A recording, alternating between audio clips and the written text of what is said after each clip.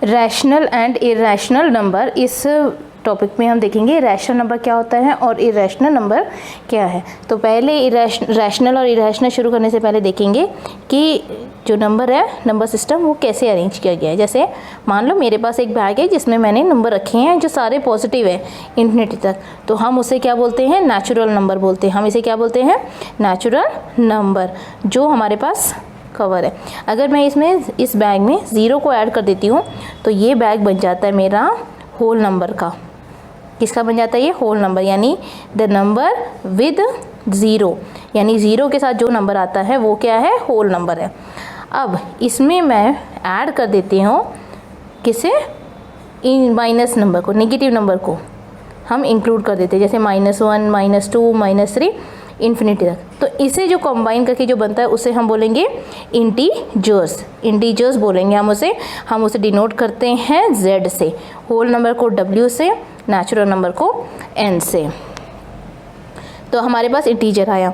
अब इसमें जो रह गए वो रह गए फ्रैक्शन, 0.2, 7.25 लाइक दिस, जो भी डेसिमल वाले नंबर है वो हमारे पास रह गए। अब इसमें से इंटीजर्स में हमने ये डेसिमल को ऐड कर दिया तो हमारे पास बन गया रैशनल नंबर।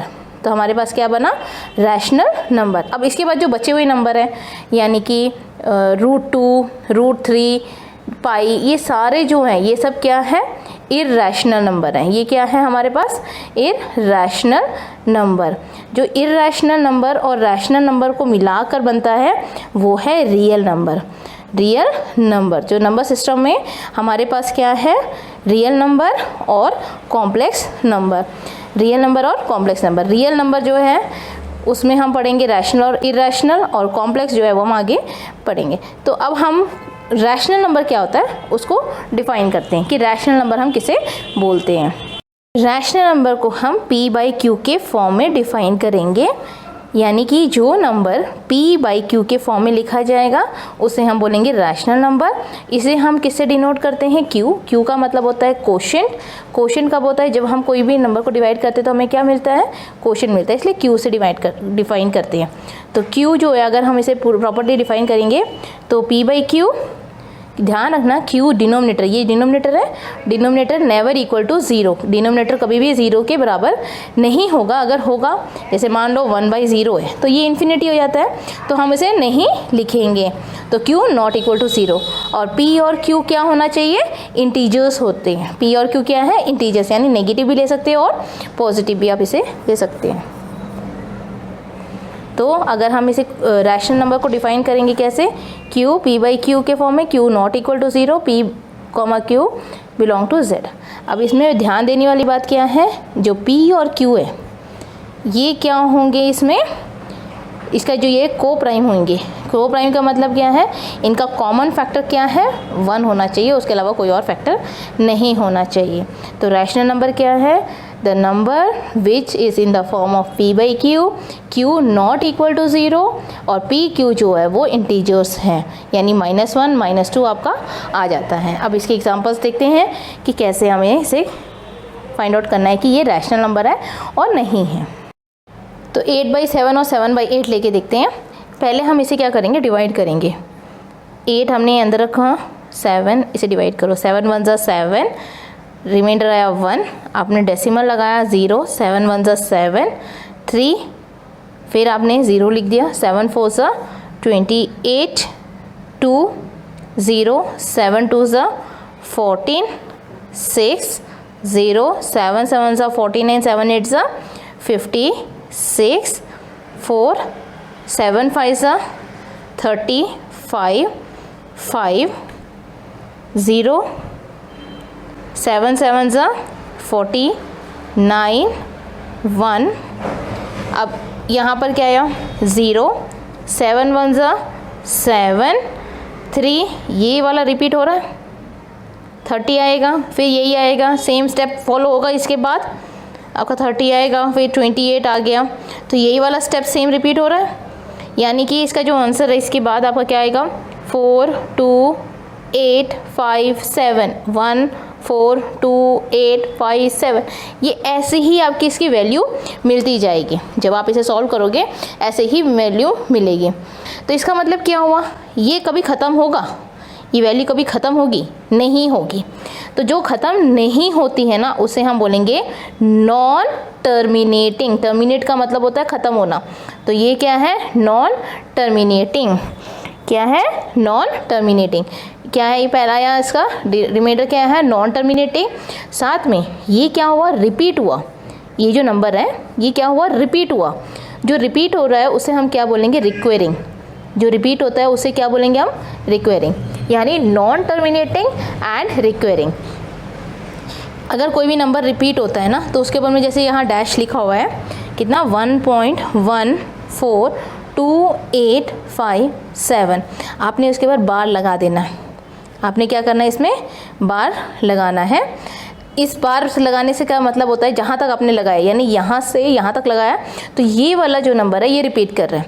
अगर आप इसमें लिखते, जैसे कोई एक एग्जांपल के लिए हम ले रहे हैं 2.754 और इसके ऊपर बार लगा है, तो इसका मतलब क्या है, 2.754 रिपीट हो रहा है, 7 नहीं रिपीट हो रहा है। तो जिसके ऊपर बार लगेगा वही नंबर रिपीट होता है। इसे डॉट से भी डिनोट कर लेते हैं। किससे यूज़ करते हैं, डॉट से भी। डॉट यानी कि 1.4142857, आप यहाँ पर एक डॉट लगा लो, एक यहाँ पर, इसका मतलब यहाँ से लेके यहाँ तक ये नंबर रिपीट कर रहा है। तो रैशनल नंबर का पहला कंडीशन क्या है, नॉन टर्मिनेटिंग हो सकता है लेकिन रिक्वेरिंग जरूर होना है, यानी रिपीट करना है। सेकंड कंडीशन क्या है, 7/8। अब इसमें 7 को आपने अंदर रखना है और 8 बाहर।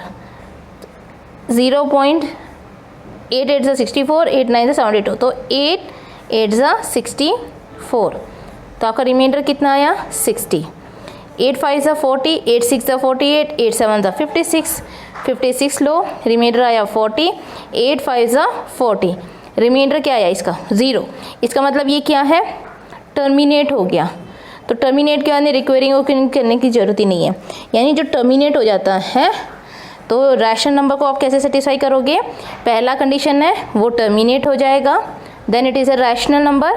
दूसरा, अगर वो नॉन टर्मिनेट हो रहा है, अगर वो नॉन टर्मिनेटिंग है बट रिक्वेरिंग, यानी रिक्वेयर करता रहेगा, यानी रिपीट होगा, then it is a rational number. तो ये दोनों अगर कंडीशन सेटिस्फाई होगा तो वह रैशनल नंबर होगा।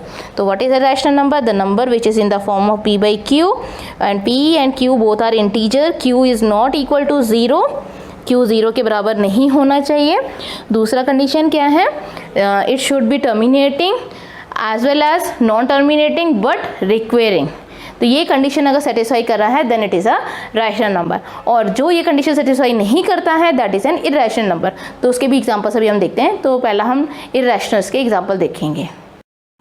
तो √2 की वैल्यू हम निकालेंगे। √2 को हम सॉल्व करेंगे। स्क्वायर रूट की वैल्यू अगर आपको सॉल्व करनी नहीं आती या आप भूल गए हो तो स्क्वायर रूट वाली वीडियो भी डली हुई है, आप उसमें देख लीजिए।